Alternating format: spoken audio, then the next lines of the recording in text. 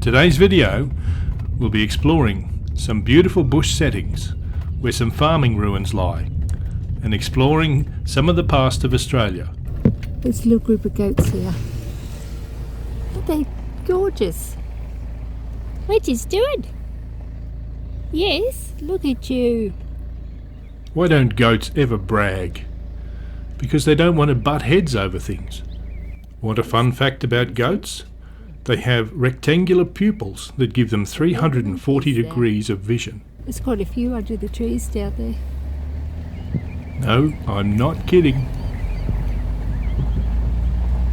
Since the 1840s, European settlers have descended on this landscape, and they've left their mark in many places.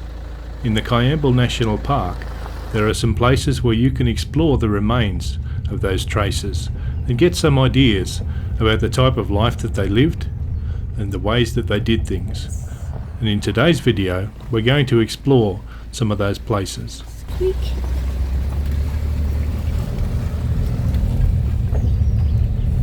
Back in old cactus country. While we both had agricultural backgrounds, mine largely focused around grain and other crops, whereas Jayne lived on various sheep and cattle properties in Western Queensland, raising a family. So today you'll get to hear some Australian history through Jayne's eyes.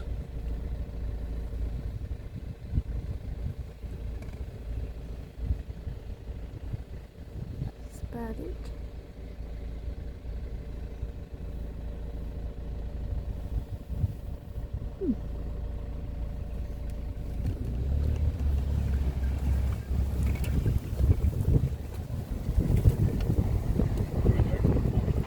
Exploring these old farm buildings has certainly brought back memories.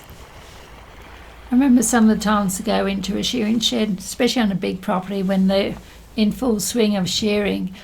The smell and the noise and the heat and the cursing, of course, that was always there. But it was just such a hive of activity. It was really interesting. I have done a small amount of rouseabouting just to help out on small mobs. It was just money just keeping the floors clean. I've also helped out in the yards. I remember one time I was standing in the runway trying to steer him the other way, and then one ram came up. Oh my gosh, he was a big one. He went straight through my legs and we were stuck. I couldn't move and I thought, oh no, I'm going face first here any minute. But finally I was able to push him through and I stayed upright. I was born in a town and I didn't actually move to the first property until I was married. So I was very new to it and I absolutely loved it. I settled in so good. I loved being out in the bush. And I found it very hard when I had to move back in town again. But, yep, it was a great life to bring up children. And I'm lucky that one of my daughters still lives on a property, so I get the chance every week to go and visit them. But my only regret during that period was I was a long way away from my family and I didn't get to catch up with them very often at all. That's the only downfall. Okay. This isn't gospel. I'm not sure if this is what it is, but it's a 2-stand shearing. Down the bottom here, you've got the 2 chutes. Once they finish shearing, the sheep would go out there. Here, they would usually have all the bits and bobs, the tools for the cutters and everything. And obviously there would be a motor. It might be, could have come through that gap up the top there, Justy. Yeah. Somehow, I'm not sure. It might have been out here. So this is the stand, this is the flooring. And I say this part here would be the table. So sweep out, pick up. When we go through that part, we'll find out that that is where they store the wool. Right, we'll look at that one. Over here, down here, hang on, we'll have... I haven't got a shot. all the sheep down here in the pens. Okay, and then they'll gradually bring them up to this pen. Once they're here, this is where the shearers will come out or come in. They'll just open up here, grab a sheep and drag it over and shear it. And then it'll go back out those flaps. On this side there is 4 stories, and again you've got the flapper doors. Because especially if there's wet weather coming, they always try and get as many in to keep dry. And this is only a very small shed. So I'm only guessing on this. So I'm assuming there would be a table here. They would put the fleece here. They would have a bag probably in that corner or something for the dags. But they would do that here, and then in these 3, they would put the different class of wool. So if we come around this way,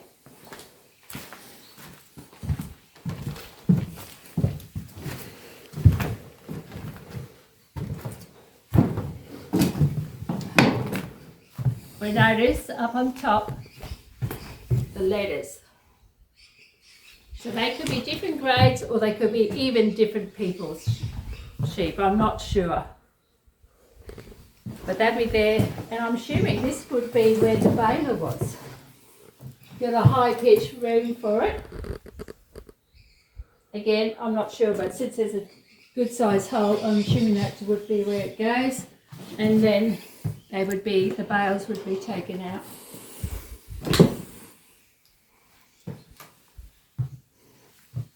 That's what I can make of this. And as I said, not 100% sure. Justin, that's just a fade colour. It's hot in here. Oh God, they get hot. So I'm just trying to think. This timber looks like it's all been cut and milled locally. Certainly nothing treated about it. Only off the sheep rubbing them. You can see a section like this where the timber has been gouged. So this has been cut with a hand tool, not with a sawmill. It's quite coarse. Whereas these other timbers, these have actually been milled with a saw. And you can still see the saw cuts in some of them. For example, up there you can see the saw has ripped along. And with this sort of building there can be multiple phases to it as well. Could have been knocked together pretty rough in the beginning, then made better later. It's Justy. Look at this big door. Yep. Of course, those were doors. Yep. I would have had that open to keep the air in. Air blow through. Because there's not much ventilation really in shearing sheds. So would these just be general storage sheds, Jane? Maybe some feed or something, or what would live in there? I wouldn't have a clue. Fair enough. How's that? Well, this one's built up for some reason. This has been used for hay storage. Yeah. Was it always? I don't know. But again, some evidence here of a bit of bush carpentry. People built all their own stuff back then. I say this must have had equipment or something in it. Yep. We could have had the big plant in here, you wouldn't know.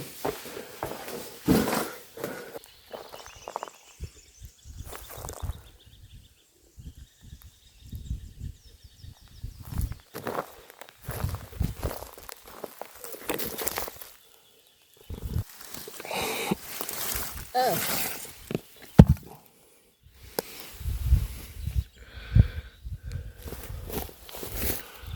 An old differential out of something. It's only small, so it would have only been like a small car.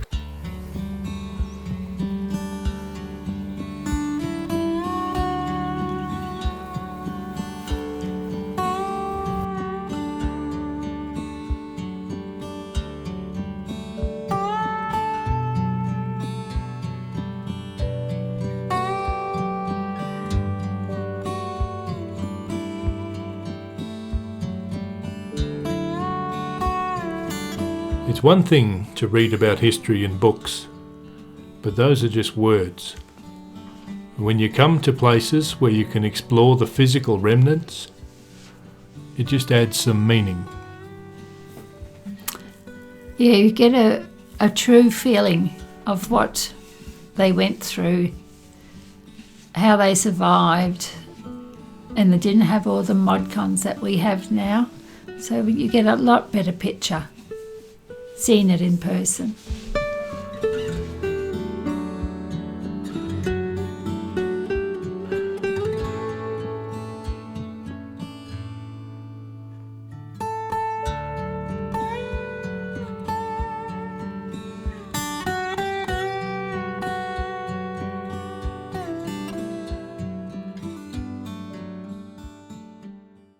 I'd say she came down here, and this is where they were penned up before they went in to get shorn. There's a lot of history here to explore. It's well worth taking your time. Some of it's a bit older, some of it's a bit newer, but it's all worth having a look at. This would be the catching pens. And the sheep would have, if they're shorn here, would have been along here. Yep.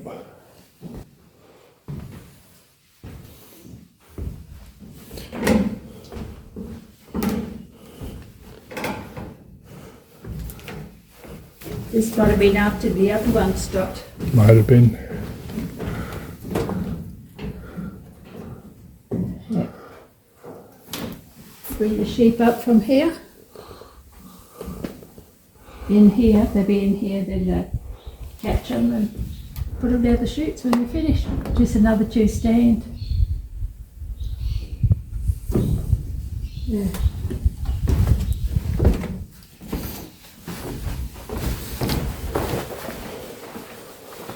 I'll put them in here to keep them out of the weather.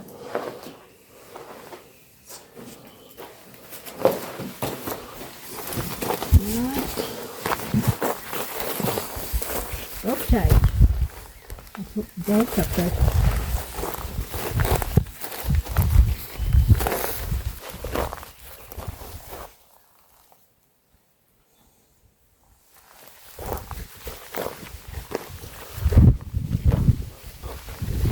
That looks like Caroline Nation, that bottle.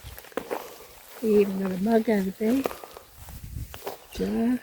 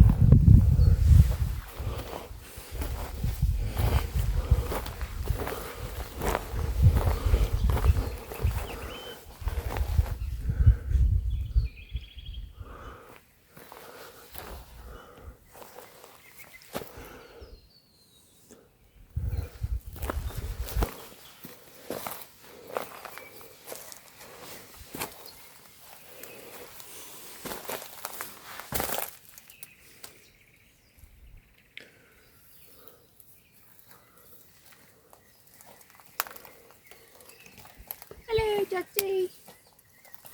Nice big window. Nice and airy. Yeah, it's very hairy. I wonder what that slab was for. Wonder if that related and had a stove on it or something. That's what I think. It could be a cookout kitchen or something. Yep. We've got a bed here. This looks like an old flue stove there. There's some old mesh, some old screening from the days gone by. There's an old shelf over there. So this would have been somebody's house long ago. Needs a bit of renovations, but if you're interested in a fixer-upper. Oh, it's in a lovely area. Maybe a garden. Yep. Or there could be a little grave with that headstone. Yep. You wouldn't know. No.